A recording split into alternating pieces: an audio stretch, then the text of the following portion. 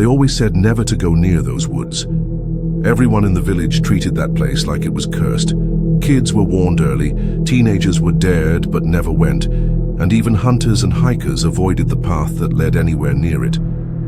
There was no official rule, no sign that said keep out, but everyone understood something was wrong with that forest. It wasn't just superstition or stories passed down from bored elders. It was a feeling, a heaviness, a silence that didn't feel natural. Not the kind of silence you get in peaceful nature, but the kind that suffocates sound, the kind that feels like the forest is listening. Even the animals stayed away. You wouldn't hear birds chirping near that place. No rustle of rabbits, no howls of wolves, not even the occasional snap of twigs from squirrels. It was dead quiet. The trees looked the same at first glance, tall and old, but if you really looked, if you stood still and stared, you'd see that the bark was darker, rougher, almost like it had been scorched. Some of the trunks were twisted unnaturally, as if the trees had grown in pain. Branches didn't move with the wind the same way they did in other places. They were rigid. Still, the deeper you went, the colder it got, even in the middle of summer. It didn't make sense, but no one wanted to question it. People had their stories, of course. Some swore they saw figures standing just beyond the tree line at dusk. Others claimed they heard footsteps behind them when they passed near the edge, only to turn and find no one there. There were old tales about children who wandered in and never returned. Not just missing kids, vanished without a trace. No scent trails, no footprints, not even a scrap of clothing. Dogs brought to search would stop at the forest's edge and whimper, refusing to take even a single step inside. The older generation knew more, but they didn't like to talk about it. Ask them about the woods and their faces would harden. They'd say things like, "Don't be foolish," or "Some places are better left alone." One man, an old hunter with cloudy eyes and a limp, once muttered something about hearing the trees whispering at night. Said the forest wasn't just dangerous, it was watching. He drank too much, most said, but the way his hands shook when he spoke made you wonder if maybe he wasn't lying. Still, curiosity has a way of growing where fear should live. And every so often, someone would try to prove the stories wrong. Teenagers with cameras, skeptics, thrill seekers, they'd make it a few yards in, some maybe an hour, but they all came out changed, if they came out at all. The ones who returned never talked about what they saw. Some moved away completely. Others locked themselves indoors and avoided even the sight of trees. And then there were the ones who didn't come back. The official reports listed them as missing, but around here, people didn't need the paperwork. They knew the forest had taken them. No one built near it. No one camped near it. The road that once ran along its border had long since cracked and crumbled, as if even the earth was trying to distance itself. Maps stopped marking it. The GPS would glitch if you got too close. Phones lost signal. Compasses spun. It was like the very fabric of direction broke down once you crossed a certain invisible line. Time even felt strange there, according to those who stepped in briefly. What felt like 10 minutes turned out to be hours. And yet, the house was still there, hidden deep within. It was buried deep in the forest, shrouded by layers of vines, fallen branches, and years of decay. The house didn't look abandoned in the usual way. It looked forgotten by the world, but remembered by something else, something that kept it alive in a twisted way. The structure stood slanted, like it was leaning toward you, curious and hungry. The wooden panels were rotted, darkened by years of rain and time, but they didn't creak or collapse. They held firm, like bones that refused to break. The windows were stained with dirt and age, but if you stared long enough, you'd swear something moved behind them. Not a curtain, not a reflection. Shapes, faint and slow, like shadows pacing just out of reach. There was a porch, barely holding together, with crooked steps leading up to a door that seemed to watch you. The handle was rusted, but the wood around it looked smooth, almost worn down by repeated touch, as if someone or something was still using it. The house didn't feel like part of the forest. It didn't blend in. It sat in defiance of the trees around it, as if it had grown roots of its own and had claimed that patch of land for itself. Ivy crawled up its sides, but it never touched the windows or the door, like even nature respected the boundaries of whatever was inside. The air near it felt thicker, harder to breathe. Birds wouldn't fly over it. Insects buzzed nearby, but never landed on it. Even the light dimmed when it reached the clearing where the house stood. There was a smell, not strong, but unmistakable. Wet wood, something metallic, and a faint trace of rot. Not like decay you'd find in an old building, but fresher, like something once alive had been there recently. The foundation was uneven, stones poking through the ground like jagged teeth, and the ground beneath your feet felt spongy, soft in places where it shouldn't have been. Inside, the house was silent, but not empty. The silence was heavy, like the house itself was holding its breath. The walls, though chipped and stained, didn't feel still. They pulsed with an energy, a low hum, like they were aware. Paint peeled in long strips, curling like old skin. Furniture remained where it had always been, chairs with deep scratches in the arms, a dusty couch with a ripped cushion, an old lamp tilted at an angle that always seemed to point toward the stairs. Every room was colder than the last. The light from outside barely made it through the windows, and what little did seemed to shift color slightly, like the house filtered it. In one room there was a mirror that hadn't cracked or faded, but when you looked into it, the reflection didn't match reality. The room in the mirror was slightly different. Objects moved, doorways shifted, and sometimes there was a figure standing behind you, just far enough away that you couldn't see their face. The stairs groaned under even the lightest step, but not in protest, in warning. They led to a hallway of closed doors, each identical, each marked with faint scratches as though something with claws had once tried to escape, or to get in. At the end of the hall was a single window, boarded from the outside, yet light somehow seeped through in a flickering, unnatural way. There were pictures on the walls, but the faces were all wrong, blurry, mismatched, with eyes that seemed too real. They followed you, not just with placement, but with intention. You could feel them watching as you moved, and if you looked away for just a moment, their expression seemed to change ever so, slightly. The floors beneath the carpet felt uneven, like something had been buried there, something shifting if you stood too long in one place. The moment you crossed the threshold of that house, something shifted. It wasn't just the stale air or the sudden drop in temperature. It was as if the walls exhaled, like they knew you were inside. The door didn't creak closed behind you. It clicked, sharp and certain, sealing you in. The floor under your feet groaned in a way that felt deliberate, not from your weight, but like the house was responding to your presence. Everything about the place felt wrong in a way your body understood before your mind could catch up. Your instincts screamed, but your feet kept moving. As you walked deeper into the house, the silence grew heavier. Not the kind of silence you get when a room is empty, but a charged, waiting silence, like the house was listening. You'd hear creaks above you even if no one else was there. The faint sound of something moving, not fast, not heavy, but constant, as if it was circling. The floor plan didn't make sense. Hallways that seemed short stretched on for too long. Doors that should have led to the kitchen opened into unfamiliar rooms. You'd find yourself back where you started without turning around. It was as if the house shifted when you weren't looking. There was a sound, soft, whispering. Not words you could make out, but layered voices that rose and fell like a conversation happening behind the walls. Sometimes it came from the vents, sometimes from under the floorboards, and sometimes from just behind you. When you turned, nothing was there, but the pressure on the back of your neck lingered, cold and heavy, like something had just been breathing down it. The walls weren't just cracked and worn, they were alive. Faint thumping noises came from behind them, like something was crawling slowly through the house's veins. If you touched the wallpaper, it was cold and pulsing, as if something inside was moving beneath the surface. In certain spots, the wallpaper had peeled away, revealing symbols carved directly into the wood. Not written, carved, deep and deliberate.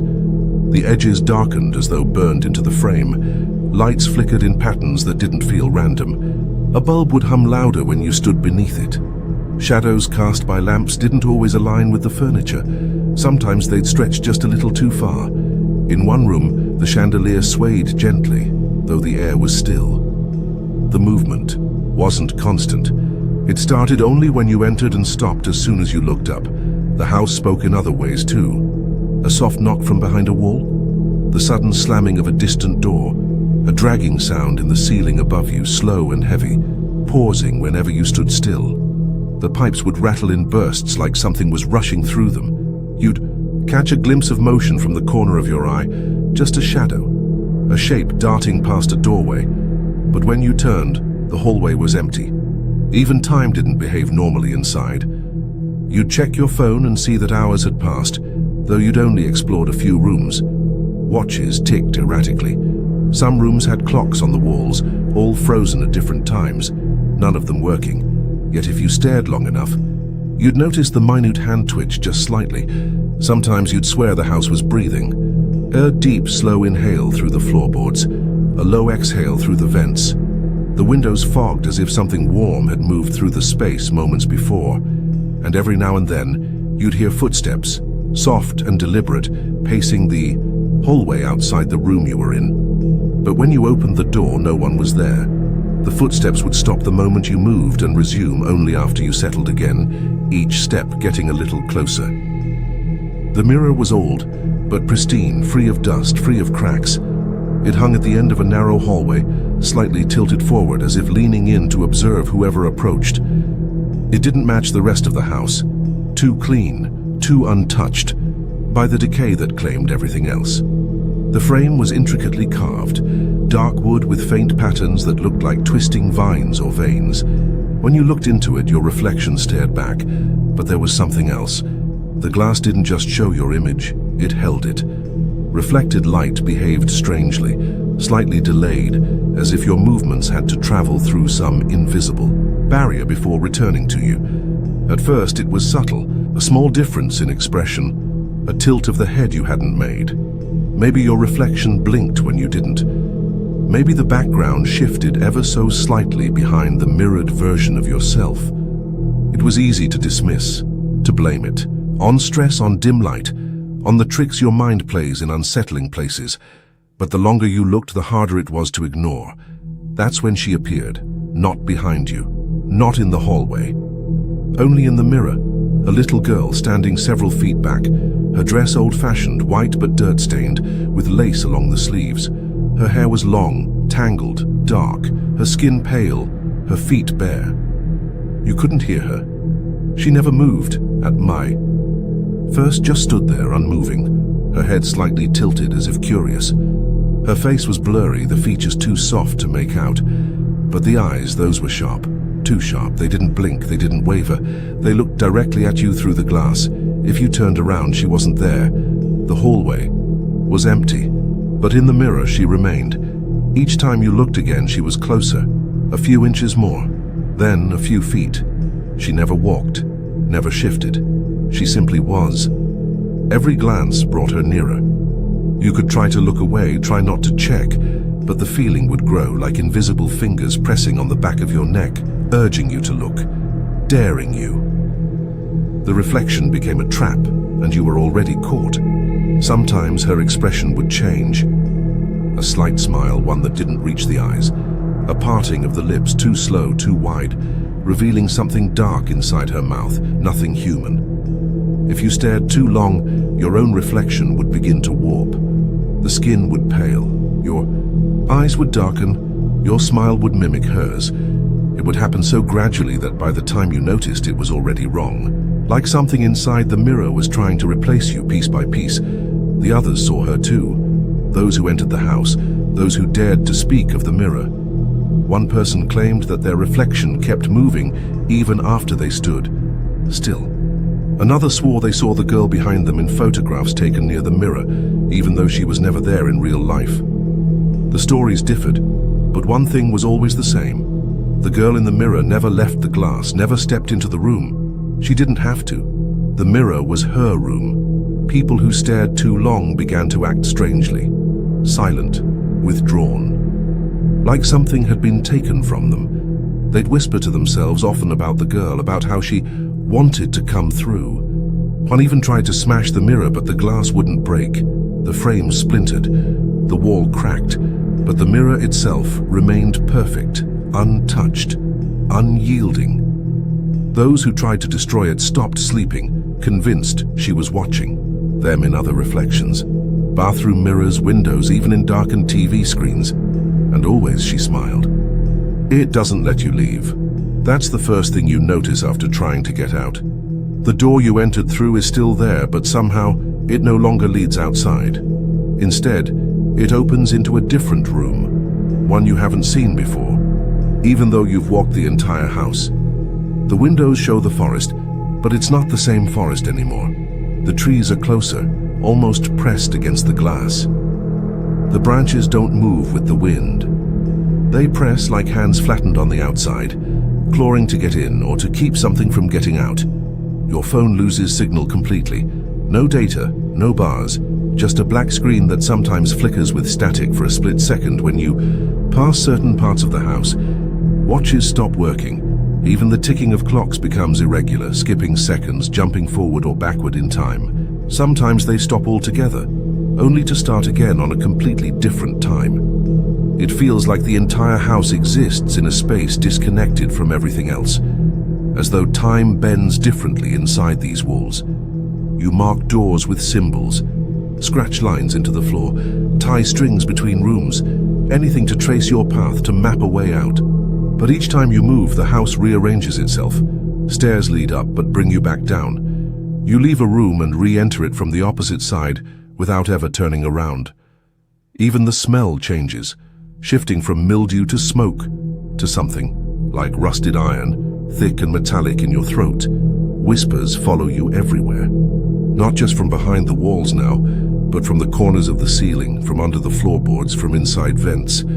Your name is whispered sometimes, slow, drawn out, like something trying to learn how to pronounce it. The whispers never stop completely. They get louder when you try to leave, quieter when you stop moving. It's as if the house rewards stillness. Stillness means surrender. Stillness means it has you. You start to feel watched at all times, not just from mirrors or windows, but from the very walls themselves. Certain spots feel warm when you touch them, as if something had just leaned against the other side. Doors creak open without wind. You close them, and they open again, always slightly ajar, just enough to make you feel like someone is watching, waiting.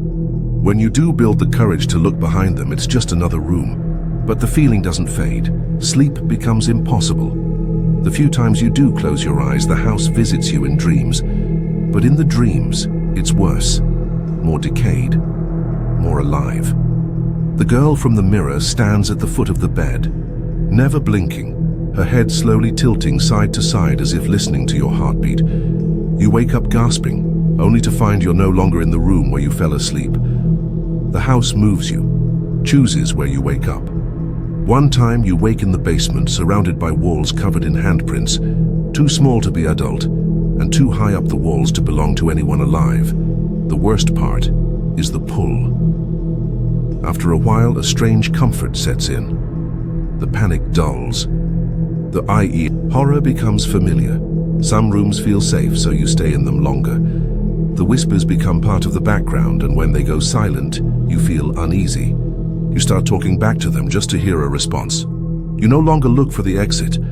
The idea of leaving begins to feel unnecessary, then absurd, then impossible.